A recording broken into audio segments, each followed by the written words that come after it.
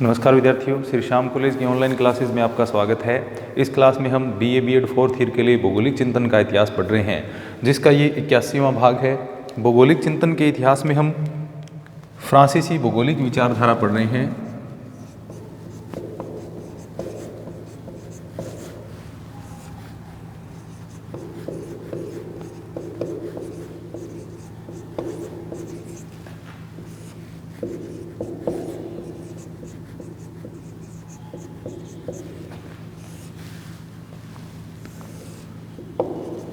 French school of geography. फ्रांसीसी भूगोलिक विचारधारा में हमने वाइडर डी ला ब्लास के बारे में पढ़ा, जिनको फ्रांसीसी भूगोल का जनक कह सकते हैं या फ्रांस में आधुनिक भूगोल का जनक है उनको कहा जा सकता है। उनके बारे में उनके विचार हमने पढ़ लिए थे। अब अगले जो विद्वान हैं वो हैं जीन ब्रूनश।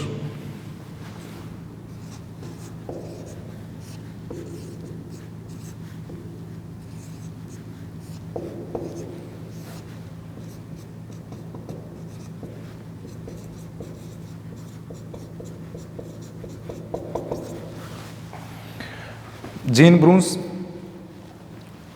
इनके जन्म है वो 1869 में हुआ था। 1869 में फ्रांस के ताउलाउस नामक स्थान पर इनका जन्म हुआ था।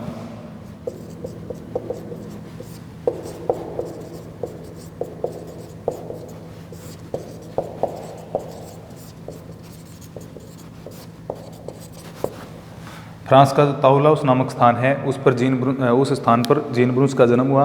अब हम ये कह सकते हैं कि ब्लास के सबसे प्रथम और सबसे प्रिय शिष्य थे। ब्लास के सबसे प्रथम एवं प्रिय शिष्य। ब्लास की जो संभववादी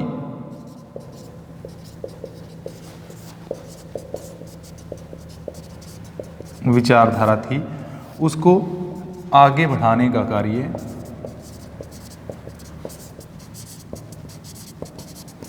जीन ब्रूनस के द्वारा किया गया। 1869 में इनका जन्म हुआ था और 1930 में इनकी मृत्यु हुई थी। 1930, तो ये इनका जीवन काल हो गया 1869 से लेकर के 1930। वाइडर डी ला ब्लास के सबसे प्रमुख शिष्य और ये कह सकते हैं फ्रांस के एक महान भूगोलवेता है, जिन्होंने आधुनिक फ्रांसीसी भूगोल को आगे बढ़ाने में महत्वपूर्ण योगदान दिया था। फ्रांस के महान भूगोलवेता। जिस प्रकार ब्लास का योगदान आधुनिक फ्रांसीसी भूगोल के उद्भव में महत्वपूर्ण योगदान है या संस्थापक उनको कहा जा सकता है आधुनिक फ्रांसीसी भूगोल का, वहीं जो जीन ब्रूनस है उन्होंने जो आधुनिक फ्रांसीसी भूगोल है उसको एक वैज्ञानिक स्थायित्व प्रदान करने में महत्वपूर्ण योगदान इनके द्वारा दिया गया। इसके अलावा मानव भूगोल को एक वैज्ञानिक विषय के रूप में पहचान दिलाने में भी इनका महत्वपूर्ण योगदान रहा है। तो मानव भूगोल को एक स्वतंत्र एवं वैज्ञानिक विषय में के रूप में स्थापित करने में, मानव भूगोल को एक स्वतंत्र एवं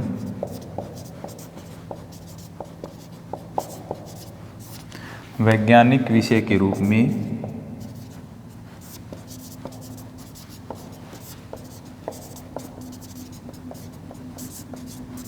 स्थापित करने में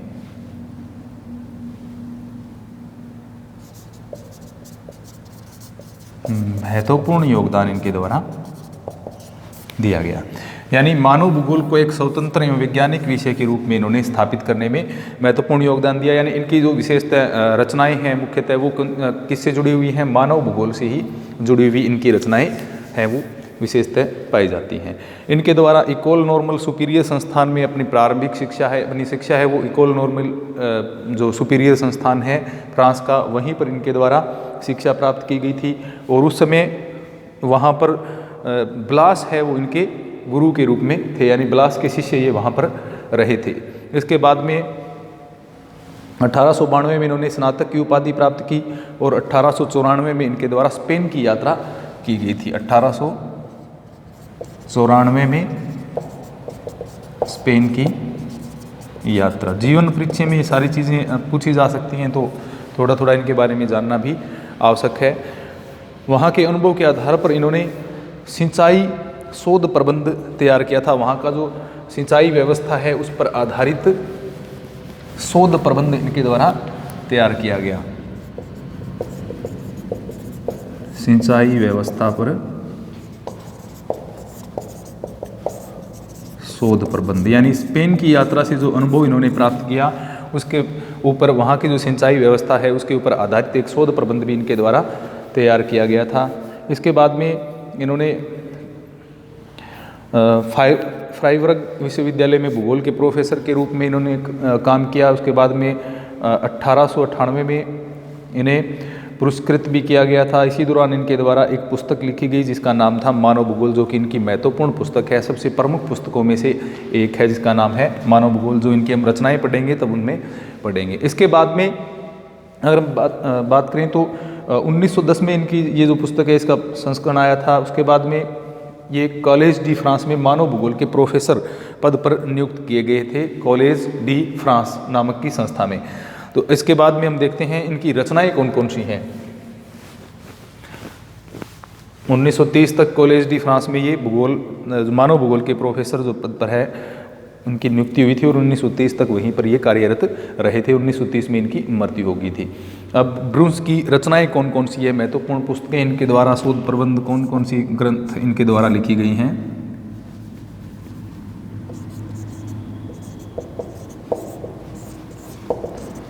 ब्रुन्स की प्रमुख रचनाएं।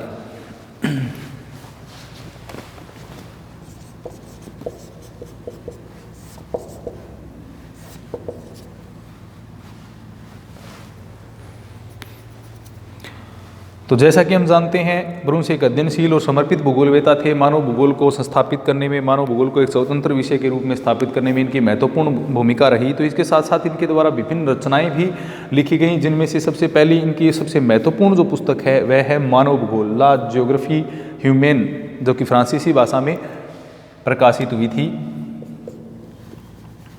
मानव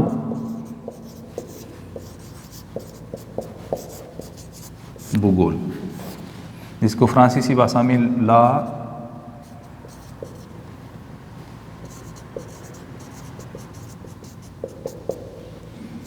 ज्योग्राफी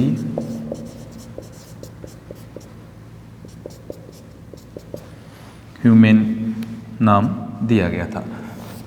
ये 1910 में प्रकाशित हुई थी।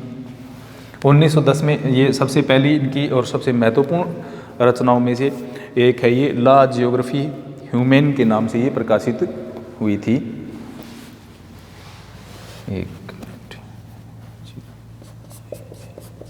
ला जियोग्राफी ह्यूमैन 1910 में। यह पुस्तक 3 खंडों में प्रकाशित हुई थी।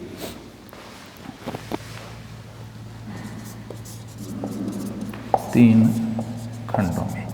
तो ये इनकी पहली पुस्तक थी। इस पुस्तक में मानव भूगोल के सिद्धांतों से संबंधित, मानव भूगोल के जो मूलभूत सिद्धांत हैं उनके बारे में इनके द्वारा बताया गया है। मानव भूगोल की विषय वस्तु के बारे में, मानव पर्यावरण के संबंध इत्यादि जो चीज़ें हैं उनके बारे में इस पुस्तक में विस्तृत वर्णन है वो इनके द्वारा प्रस्तुत किया गया है। उसके बाद में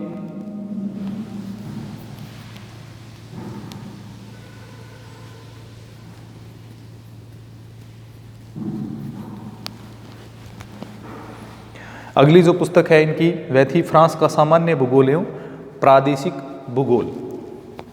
नंबर 2, ये जो मानव भूगोल इनकी पुस्तक है, मानव भूगोल, ये पहले 1910 में लिखी गई। कौन सी भाषा में? फ्रांसीसी भाषा में। बाद में ईसा बोमैन की सहायता से इसका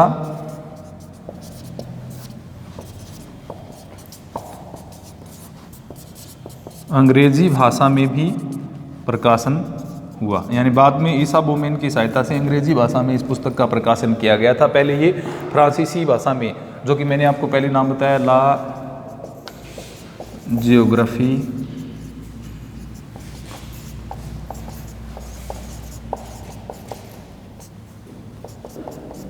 ह्यूमेन के नाम से ये प्रकाशित हुई थी 1910 में, लेकिन बाद में ईसा बोमेन की सहायता से इसका अंग्रेजी भाषा में भी संस्करण किया गया, जिससे आंग्ल भाषी जो देश है या अंग्रेजी भाषी जो क्षेत्र हैं उनमें भी जीन ब्रूंस का अच्छा खासा प्रभाव है वो बन गया था। अब दूसरी जो इनकी पुस्तक थी वह थी फ्रांस का सामान्य एवं प्रादेशिक भूगोल।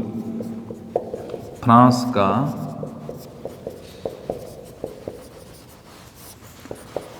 सामान्य एवं प्रादेशिक भूगोल, ये इनकी दूसरी एवं महत्वपूर्ण पुस्तक थी, जिसका प्रकाशन 1920 में हुआ था। जो इन्होंने 1920 जो कि एक लेखक थे फ्रांसीसी जिनका नाम गार्डिन था, उनके साथ में मिलकर के इनकी ये पुस्तक आई थी। उसके बाद में फ्रांस का राजनीतिक भूगोल एवं परिवहन भूगोल 1926, फ्रांस का राजनीतिक भूगोल एवं परिवहन भूगोल, ये प्रकाशित हुई है 1926 में। फ्रांस का सामान्य भूगोल एवं प्रादेशिक भूगोल का वर्णन इस पुस्तक में मिलता है। सामान्य भूगोल की जानकारी शास्त्र में जैसे सामान्य विशिष्ट दो शाखाएं बटी भूगोल की, उसी प्रकार से उन्होंने सामान्य भूगोल एवं प्रादेशिक भूगोल दोनों का वर्णन अपनी पुस्तक में किया है। इसके अलावा फ्रांस की राजनीतिक भूगोल का वर्णन देखने को मिलता है इस पुस्तक में, और परिवहन भूगोल। तो ये दो पुस्तकें इनकी महत्वपूर्ण रही हैं मानव भूगोल के अलावा। इसके अलावा इनकी इतिहास का भूगोल ला जियोग्राफी डी ला हिस्टोरिया जिसको कहते हैं 1921 में प्रकाशित हुई थी। इतिहास का भूगोल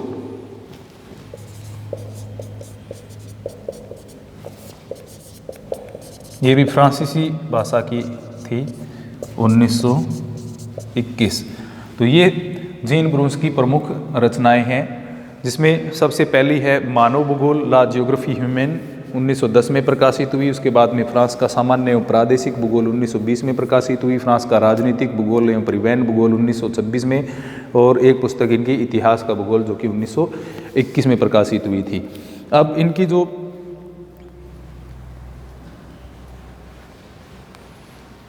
सबसे महत्वपूर्ण जो रचना है या लोकप्रिय जो रचना है वो थी इनकी मानव भूगोल के नाम से, जो 1910 में आई थी। सबसे पहली पुस्तक इनकी, ये सबसे प्रसिद्ध पुस्तक इनकी रही है। अब इसके बाद हम देखते हैं जीन ब्रूंस की विचारधारा,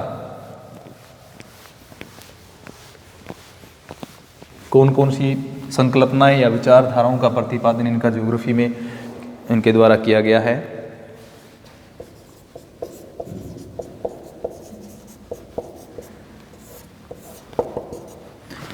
सबसे पहले तो हम बात करें, अगर संभववाद से संबंधित बात करते हैं तो संभववाद के ये समर्थक थे, यानी ब्लास के विचारों से बहुत ही प्रभावित थे, और अपने रचनाओं के माध्यम से इन्होंने जो ब्लास के विचार थे, वाइडर लीला ब्लास के विचारों को इन्होंने प्रभावित ढंग से एक प्रकार से प्रचार करने का प्रयास इनके द्वारा किया गया। उनके विचारों को प्रस्तुत करने का भी इनके द्वारा प्रयास है वो किया गया। तो सबसे पहले ही ये इनकी विचारधारा है, संभववादी थे ये, यानी संभववाद से संबंधित है। जैसा कि हम जानते हैं संभववाद की जो विचारधारा है उसका प्रतिपादन तो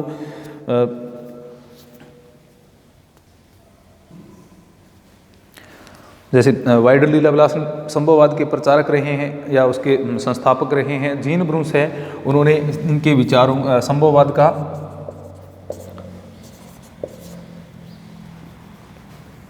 समर्थन किया, और इनके संभववादी विचारधारा है उसकी पुष्टि भी इनके द्वारा की गई। तो संभववादी विचारधारा से संबंधित है ये। संभववाद की विचारधारा हम जानते हैं कि जिसमें पर्यावरण एवं मानव के संबंधों को,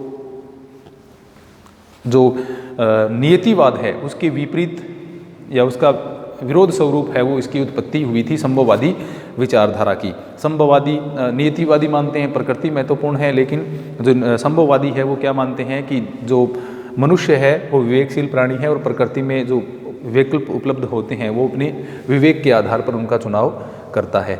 तो ये संभववादी विचारधारा के समर्थक रहे हैं। अब मानव ब्रूस ने जैसे जो विशेषतः दो सिद्धांतों को मूलभूत सिद्धांत माना मानव भूगोल के, जिसमें सबसे पहला है पार्थिव एकता का सिद्धांत, यानी इनके द्वारा भी पार्थिव एकता का समर्थन है वो किया गया है। पार्थिव एकता का सिद्धांत ये इनके द्वारा क्या माना गया है, मानव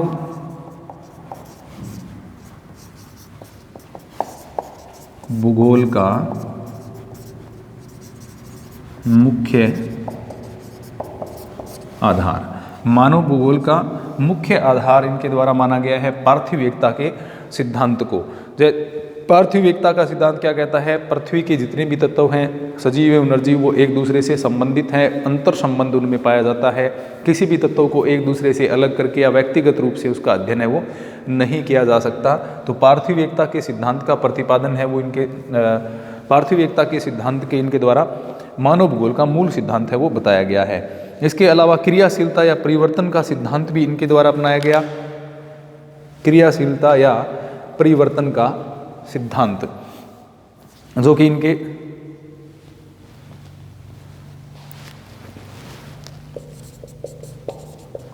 क्रियाशीलता या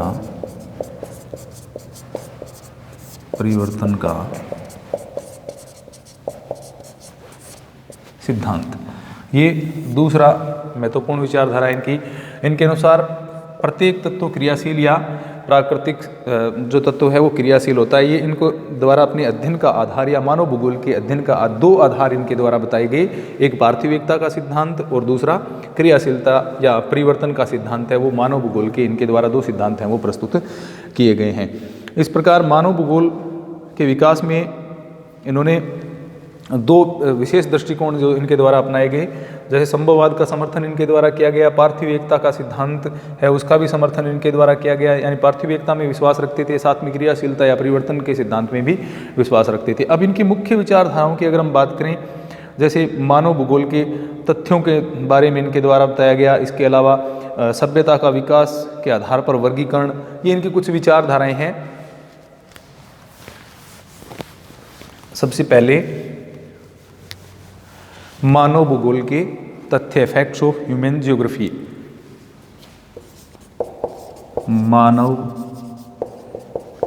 भूगोल के तथ्य, जैसे वाइडल डिला ब्लास ने भी मानव भूगोल के तथ्य जैसे जनसंख्या है, सांस्कृतिक तत्व है या जो परिवहन के साधन है इत्यादि मानव भूगोल के मूल या प्रमुख तथ्य बताए थे। उसी प्रकार से मानव भूगोल के तथ्य जीन ब्रूस के द्वारा भी बताए गए। तो इनकी प्रसिद्ध पुस्तक जो है मानव भूगोल ह्यूमन ज्योग्राफी, उनमें मानव भूगोल के तथ्यों की विस्तृत विवेचना इनके द्वारा की गई है। तो इनके द्वारा दो आधारों पर यानी भूगोल के तथ्य है उनको दो भिन्न भिन्न प्रकारों में बांटा गया। एक तो सभ्यता के विकास के आधार पर वर्गीकरण किया गया है मानव भूगोल के तथ्यों का। पहला, सभ्यता के विकास के आधार पर। तो सभ्यता के विकास के आधार पर मानव भूगोल के तथ्य क्या होंगे वो अलग बताए गए हैं इनके अलावा। और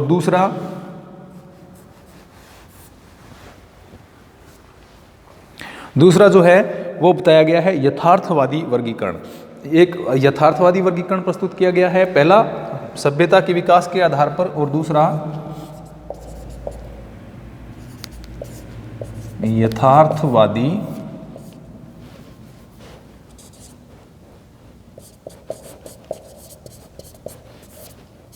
वर्गीकरण। तो ये दो प्रकार के वर्गीकरण है वो मानव भूगोल के तथ्यों के इनके द्वारा किए गए हैं। तो सबसे पहले सभ्यता के विकास के आधार पर हम वर्गीकरण देखते हैं। सभ्यता के विकास के आधार पर कौन कौन से तथ्य इनके द्वारा बताए गए हैं। तो पहला, सभ्यता के विकास के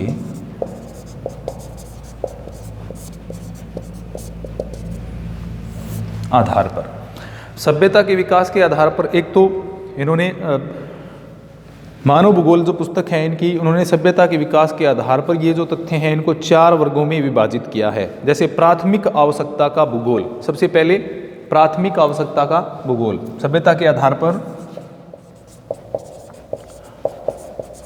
प्राथमिक आवश्यकता का भूगोल। अब प्राथमिक आवश्यकताएं क्या होती हैं? जैसे रोटी कपड़ा मकान जो है वो मूलभूत या प्राथमिक आवश्यकताएं होती हैं। तो पहले जो मूलभूत या प्राथमिक आवश्यकताएं होती हैं उनको सम्मिलित किया जाना चाहिए इनके अनुसार। इसके अंतर्गत मानव भूगोल की जो 3 मूलभूत या प्राथमिक जो आवश्यकताएं होती हैं वो है भोजन, वस्त्र और आश्रय। प्राथमिक या मूलभूत आवश्यकताएं कौन सी हैं? भोजन, वस्त्र और आश्रय। तो मानव भूगोल यानी सबसे पहले प्राथमिक आवश्यकताएं हैं उनका अध्ययन करें। भोजन की प्राप्ति कैसे हो रही है, किस प्रकार से, वस्त्र किस प्रकार, और आश्रय यानी मनुष्य की 3 प्रमुख आवश्यकताएं हैं, उसको भोजन, वस्त्र और आश्रय की आवश्यकता होती है। तो ये मूलभूत आवश्यकताएं हैं। तो पहली सभ्यता के विकास के आधार पर ये चीज़ें प्राथमिक आवश्यकताएं होती हैं। यानी कोई भी सभ्यता अगर विकसित हो रही है, कोई मानव समाज विकसित होगा तो मानव के लिए पहले प्रमुख 3 ये आवश्यकताएं हैं, प्राथमिक स्तर की आवश्यकताएं हैं, जिसमें भोजन, वस्त्र और आश्रय या भोजन, वस्त्र या मकान को सम्मिलित इसमें किया जाता है। तो ये इसकी प्राथमिक आवश्यकताएं होती हैं। इसके बाद में अन्य आवश्यकताओं की हम बात करें, जैसे द्वितीयक प्रकार की जो आवश्यकताएं हैं, या उसके बाद में भूशोषण का भूगोल इनके द्वारा सम्मिलित किया गया है। भूशोषण से अर्थात यानी पृथ्वी से जुड़ी हुई जितनी भी क्रियाएं हैं, प्राथमिक जो संसाधन है, प्राकृतिक संसाधनों का शोषण करके मानव जो अपनी आवश्यकताएं पूरी करता है, उनको भूशोषण की जो द्वितीय प्रकार है उसको भूशोषण का भूगोल इनके द्वारा नाम दिया गया है। नंबर 2 सभ्यता के विकास के आधार। अब ये सारी चीज़ें जब मनुष्य को मिलती हैं, भोजन, वस्त्र और मकान, उसके बाद में वह विकास करना प्रारंभ करता है। तो वो कौन सा हो जाएगा? भूशोषण का भूगोल। यानी प्राकृतिक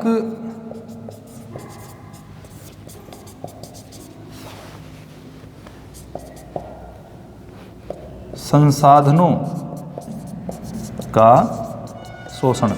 मनुष्य अपनी आवश्यकताओं को पूरा करने के लिए क्या करना प्रारंभ करता है? अपनी प्राथमिक आवश्यकताएं जब मनुष्य की पूरी हो जाती हैं तो वो अपने विकास के लिए क्या करना प्रारंभ करता है? यानी मानव की क्रियाओं प्रयत्नों को उन क्रियाओं और प्रयत्नों को इसमें सम्मिलित किया जाता है जो कि मानव अपनी प्राथमिक आवश्यकताओं को पूरा करने के बाद देखता है। यानी मानव की जो प्राथमिक आवश्यकताएं भोजन, वस्त्र, मकान पूरी हो जाती है तो उसके बाद वह अपना विकास करना प्रारंभ करेगा। तो फिर वो क्या करेगा? प्राकृतिक संसाधनों का शोषण करेगा। भूशोषण, इसीलिए भूशोषण का भूगोल इसको कहा गया है। तो इसमें क्या क्या चीज़ें सम्मिलित की जाती हैं? यानी प्राकृतिक संसाधनों का जो शोषण करते हुए अपनी आवश्यकताओं की पूर्ति करता है। इसमें पशुपालन है, कृषि है, खनन है, औद्योगिकीकरण है आदि को सम्मिलित किया जाता है। क्या क्या आएंगे इसमें? पशुपालन, खनन, कृषि और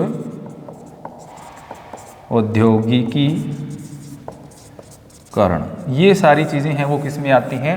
भूशोषण का भूगोल के अंतर्गत आती हैं। ये तो मानव सभ्यता के विकास के आधार पर स्टेप बाय स्टेप, यानी पहले मानव अपनी प्राथमिक आवश्यकताएं पूरी करेगा, भोजन, वस्त्र और आश्रय की अपनी आवश्यकताएं हैं वो पूरी करेगा।